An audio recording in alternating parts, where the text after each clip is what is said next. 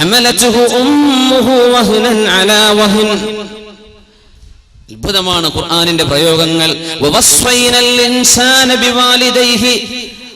ഒരു മനുഷ്യനോട് അല്ലാഹു കൽപ്പിച്ചു, നിന്റെ ഉമ്മയെയും വാപ്പയെയും ശരിക്കു നോക്കണേ എന്ന്. മാതാപിതാക്കളുടെ കടമ ബാധ്യത അല്ല നമ്മുടെ വിഷയം. പക്ഷേ ഈ ദുആഇന്റെ അർത്ഥങ്ങൾ മനസ്സിലാക്കുമ്പോൾ ഇതൊക്കെ അറിഞ്ഞിരിക്കണം. അല്ലാഹു മക്കളോട് കൽപ്പിച്ചു, മാതാപിതാക്കളെ നോക്കണം, നന്മ ചെയ്യണം വാക്കും വാപ്പാക്കുമെന്ന്. എന്താ അടുത്ത അല്ലാഹു പറയണത്? ഹമലതുഹു ഉമ്മുഹു വഹ്നൻ അലാ വഹ്നിൻ. ഒരുപാട് ക്ഷീണവും ത്യാഗവും പ്രയാസങ്ങളും സഹിച്ചിട്ടാണ് ഉമ്മ നിന്നെ ഗർഭം ചുമന്നത്. എന്നിട്ടോ ഹംലുഹു വഫിസാലുഹു, നിന്നെ ഗർഭം ചുമന്നത്, നിനക്ക് മുലയൂട്ടിയത്. ഉമ്മാന്റെ കഥയാ പറയണത്. അള്ളാഹു പറഞ്ഞതോ ഉമ്മയെയും വാപ്പയെയും നോക്കണം. പിന്നെ പറഞ്ഞത് ഉമ്മാന്റെ കഥയാണ്. അപ്പൊ എന്തേ വാപ്പാനെ പറയാഞ്ഞത് അള്ളാഹു ചാല? വാപ്പാനെ പറ്റി പറഞ്ഞിട്ടില്ല. മാതാപിതാക്കളെ നോക്കണമെന്ന് അള്ളാഹു മനുഷ്യനോട് വസിയ്യത്ത് ചെയ്തു. എന്നിട്ട് നിന്റെ ഉമ്മ ഒരുപാട് ക്ഷീണത്തിനു മേൽ ക്ഷീണമായിട്ടാണ് നിന്നെ ചുമന്നു കൊണ്ടുവന്നത്. ഗർഭമുള്ള പെണ്ണുങ്ങൾക്ക് ഛർദിയോട് ഛർദിയാ, തിന്നാൻ വയ്യ, എണീക്കാൻ വയ്യ, മസിൽ കയറുന്നു, ഉറക്കം വരുന്നില്ല, എന്തെല്ലാം പ്രയാസങ്ങൾ. അപ്പൊ വാപ്പാനെ പറ്റി എന്തേ? വാപ്പാനെ നോക്കണം എന്നുള്ള പറഞ്ഞു. പക്ഷെ വാപ്പാന്റെ ഒന്നും പറഞ്ഞില്ല. എന്തുകൊണ്ട് പറഞ്ഞില്ല? വാപ്പ നമുക്ക് ചെയ്തിരുന്നത് മക്കൾ കാണുന്നുണ്ട്. വാപ്പയല്ലേ സ്ലേറ്റും പെൻസിലും ഒക്കെ, അതൊന്നും ഇപ്പൊ ഇല്ല, ആയിക്കോട്ടെ, നമ്മൾ സ്കൂളിൽ പോകാനുള്ള സാധനങ്ങളൊക്കെ വാങ്ങിച്ചു തന്നത് വാപ്പയാണല്ലോ. അതൊക്കെ എനിക്ക് മേടിച്ചു തരുന്നത് വാപ്പയാണല്ലോ. സാധനം വാങ്ങിക്കാനുള്ള പൈസ തരുന്നത് വാപ്പയെ പറ്റി നമ്മൾ കാണുന്നുണ്ട്. വാപ്പ തർബിയത്ത് ചെയ്യുന്നുണ്ടോ, വാപ്പ നമുക്ക് എന്തോ നൽകുന്നുണ്ടോ എന്ന് കാണുന്നുണ്ട്. അപ്പൊ ഉമ്മ ചെയ്യുന്നത് നീ കാണും. നീ വിചാരിക്കും വാപ്പ കൊണ്ടുവരുന്നത് ഉമ്മ കുക്ക് ചെയ്ത് തരുന്നല്ലേ ഉള്ളൂ. ഉമ്മപ്പ എന്താ ചെയ്തത്? അത് ഓർമ്മിപ്പിക്കുകയാണ് അല്ലാഹു. നിന്റെ ഉമ്മ നിനക്ക് ചെയ്തത് നിനക്ക് ഓർമ്മയില്ലല്ലേ? ഹമലതുഹു ഉമ്മുഹു വഹ്നൻ അലാ വഹ്നിൻ. ഒരുപാട് പ്രയാസങ്ങൾ സഹിച്ചിട്ടാണ് മോനെ നിന്നെ ഗർഭം ചുമന്ന് പ്രസവിച്ചത് നിന്റെ ഉമ്മ. അതിനാ ഉമ്മാന്റെ കഥ പറഞ്ഞത്. വാപ്പാന്റെ നീ കാണുന്നുണ്ടല്ലോ. ഈ രണ്ട് വിഷയങ്ങൾ ചിന്തിച്ചുകൊണ്ട് അല്ലാഹു പഠിപ്പിക്കുകയാണ്. റബ്ബനാ, ഞങ്ങളുടെ രക്ഷിതാവേ, ഇങ്ങനെ ഞങ്ങൾ വളർത്തുന്ന മക്കൾ +2 പ്രായമാകുമ്പോ, കോളേജിലേക്ക് പോകുന്ന പ്രായമാകുമ്പോ, ശരീരത്തിൽ ഒരൽപ്പം മസിലുകളും പേശികളൊക്കെ ഒന്ന് ബലിഷ്ഠമാകുന്ന നേരമാകുമ്പോൾ സ്വന്തം വാപ്പയെയോ ഉമ്മയെയോ തള്ളി പറഞ്ഞാൽ അത് സഹിക്കാൻ, ഇവിടെ കൊണ്ടുപോയി വെക്കാൻ മാതാപിതാക്കൾക്ക് കഴിയും. എവിടെയാണ് സങ്കടം വെക്കുക? എങ്ങനെയാ നമ്മളെ മക്കളെയൊക്കെ നോക്കുന്നത്? അവർക്ക് ചൂട് വെക്കുന്നുണ്ടോ? അവർക്ക് പറ്റിയ ഡ്രസ്സ്, എന്തെല്ലാം ചുരുക്കുള്ള ഡ്രസ്സുകൾ, എന്തെല്ലാം ആഭരണങ്ങള്. അവരേറ്റവും നല്ല സ്കൂളിൽ പഠിപ്പിക്കണം, ഏറ്റവും നല്ല ഫുഡ് തിന്നണം, അവർക്ക് ഒന്നും കുഴപ്പം വരരുത്. യാ അല്ലാഹ്, കുട്ടികളെ ചൊല്ലിയിട്ടായിരിക്കും കുടുംബത്തിൽ കശപിശ വരെ ഉണ്ടാവുക. ജ്യേഷ്ഠനും അഞ്ചനും ഒരുമിച്ച് താമസിച്ചിട്ട് ജ്യേഷ്ഠനും അഞ്ചനും മക്കളുണ്ടായപ്പോഴേക്കും അടിച്ചു പിരിഞ്ഞിട്ടുണ്ടാവുക. കുട്ടികൾ ചൊല്ലിയിട്ട് യാ അല്ലാഹ്. അപ്പൊ വലിയ മനുഷ്യന്മാരായവരവിടെ ഉണ്ട്, അവർക്കൊന്നൊരു കുഴപ്പമില്ല. ഈ ജനിച്ചു വളർന്ന 2 കുട്ടികളുടെ കശപിശയെ ചൊല്ലി വലിയൊരു കുടുംബം തകർന്നു. എന്താ ഇതൊക്കെ? നിന്റെ മക്കളെ നീ നോക്കുന്നത് അങ്ങനെയാണ്. ഇങ്ങനെ നീ നോക്കിയ മക്കൾ നീ പറഞ്ഞത് കേൾക്കാതെ വരുമ്പോൾ നിനക്ക് വിഷമം തോന്നുന്നുണ്ടല്ലേ? സ്വാഭാവികമാണ്. റബ്ബന, തർബിയത്ത് ചെയ്യുന്ന പരിപാലിക്കുന്ന റബ്ബിനെ, ആ റബ്ബ് നിങ്ങളോട് ചോദിക്കുന്നതും ഇതാണ്. ലാ തസ്അൽനി റിസ്ഖ ഗദിൻ ഫഇന്നി ലം അസ്അൽക ഇബാദത ഗദിൻ. നാളത്തെ ഭക്ഷണം അത് ചോദിക്കണ്ട, ഇന്നത്തേത് ഞാൻ നിനക്ക് ഏറ്റെടുത്തിരിക്കുകയാണ് മനുഷ്യ. അല്ലാഹു പറയാം, നിന്റെ ഭക്ഷണം ഇന്നത്തേത് ഞാൻ ഏറ്റെടുത്തിരിക്കുകയാണ്, നാളത്തേത് ഇരുന്ന് വേണമെന്ന് ചോദിക്കല്ല. ചിലർക്ക് ഞാനങ്ങ് തന്നേക്കും, കൊല്ലങ്ങളോളം തിന്നാനാണ്, പക്ഷേ എനിക്ക് നാളത്തേത് ഇന്നെ വേണമെന്ന് നീ ചോദിക്കരുത്. എന്തേ? നാളത്തെ ളുഹർ മഗ്രിബ് ഇശാ ഒക്കെ ഇന്ന് നിസ്കരിക്കണം എന്നുള്ള പറഞ്ഞിട്ടില്ലല്ലോ. അത് നാളെ ആയുസ്സുണ്ടെങ്കിൽ നിസ്കരിച്ചാൽ മതി.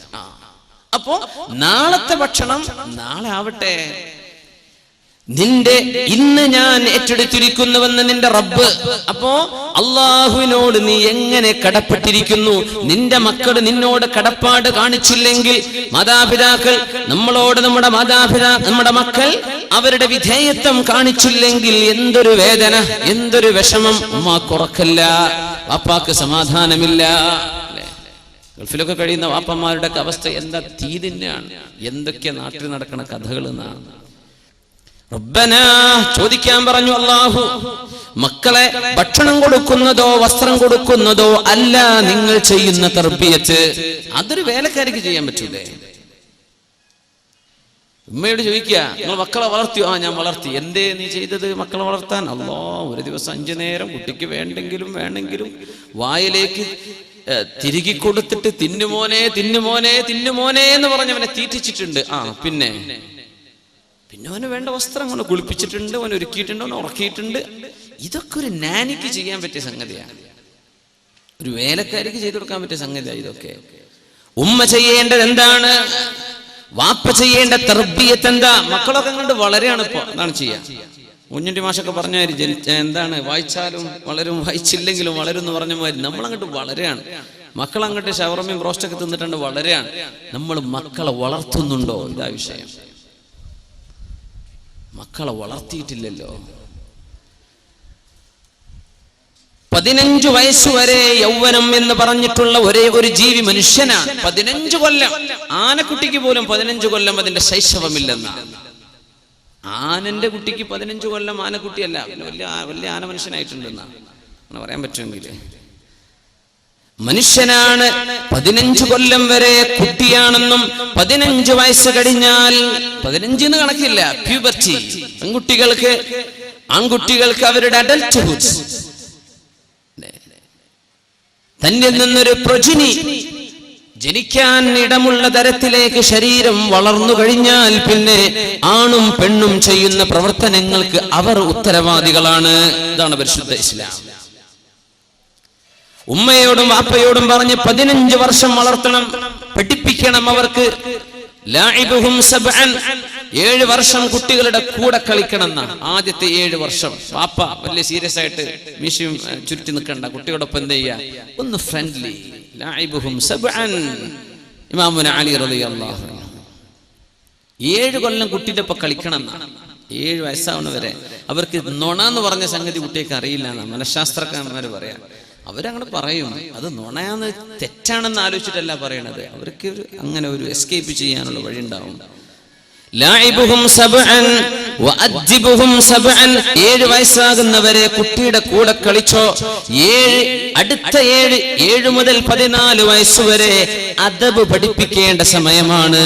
എങ്ങനെയാ സംസാരിക്കേണ്ടത് എന്ന് പറഞ്ഞു കൊടുക്കണം. മുതിർന്ന ആളുകളോട് വർത്തമാനം പറയുമ്പോ എന്തെങ്കിലും അവർ മിസ്റ്റേക്ക് ചെയ്താൽ അടുത്ത് വിളിച്ചിട്ട് മോനെ അങ്ങനെയല്ല കേട്ടോ പറയേണ്ടത്. കുട്ടികൾ അങ്ങനെയൊക്കെ പറയാം. കുട്ടികൾ ഭയങ്കര രസമല്ലേ, എന്തെല്ലാം കുരുത്തക്കേട് കാണിക്കുന്നു. നമ്മളൊക്കെ അന്തം വിട്ടു. കുട്ടികൾ എന്തെങ്കിലും കുരുത്തക്കേട് കാണിക്കുമ്പോൾ അമ്മ അറിയത് നിങ്ങളെ സ്വഭാവമാണെന്നല്ലേ, വാപ്പ അറിയത് എന്റെ സ്വഭാവമാണ്. സംഗതി രണ്ടാമതുമാണെന്ന് പറയല്ലേ നല്ലത്.